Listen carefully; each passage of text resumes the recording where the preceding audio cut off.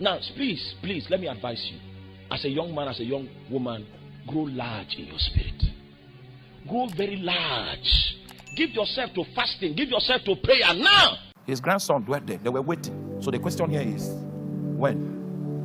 When will he build a permanent structure?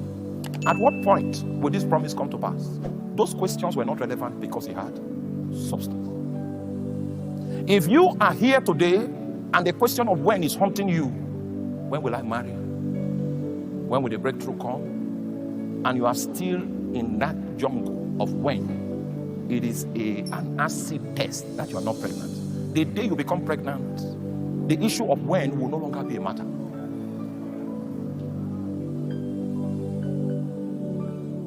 It's a long time abode there, speaking boldly in the Lord, which gave testimony unto the word of his grace, and granted that signs and wonders be done by their hand. Long time. The time was no longer a matter.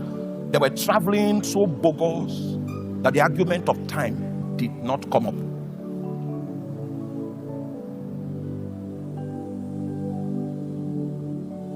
Please help me tell your neighbor that destiny is not time-based, it is encounter-based.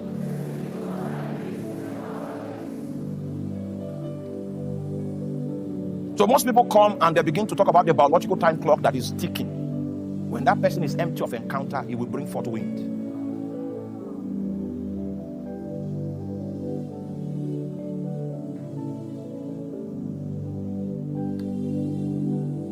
There was a great minister in my city. This great minister was the first one that shook that city. But unfortunately, he did not live for so long. So I went to his son. I said, how many hours does your dad pray in a day? He told me. What of Bible study? He told me. Many other questions. Then I looked at it. And how long did he do all this thing before he broke through? He said 7 years. I said, I have time. I increased it. And I began to walk towards 7 years. You know what? After 7 years, you know what happened? It was not God that manifested, it was Satan. The ministry almost broke, almost ended. You know why? That time frame, I got it by analysis. As long as you are still doing business with time frames, you lack substance. Destiny is not according to time, it is according to encounter. But you know what? Are you there?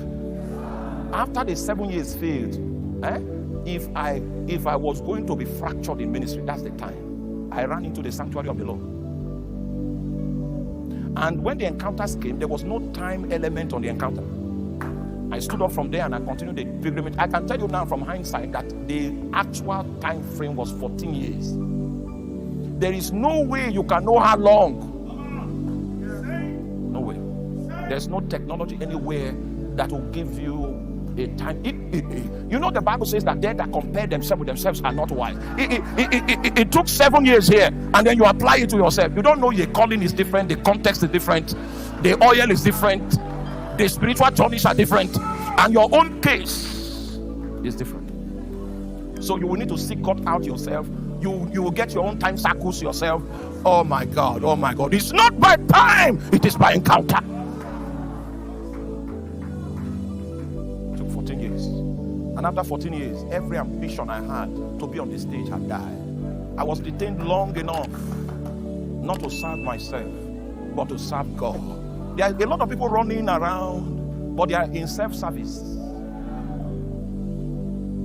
They took off. What they gave birth to is an embryo. They're not mature. It's still self-service. It's still about the views and the likes. You want to be on the popular side? I died to that long time ago. Long time ago. That 14-year stretch is. Have you seen clay before? Before they use it, they slap it, they beat it, they stretch it. Then it comes to a point where the clay is tired. I was tired at 14 years. So God now had the liberty to make what he wanted. You are still in your old native structure. Your ancient scent is still there.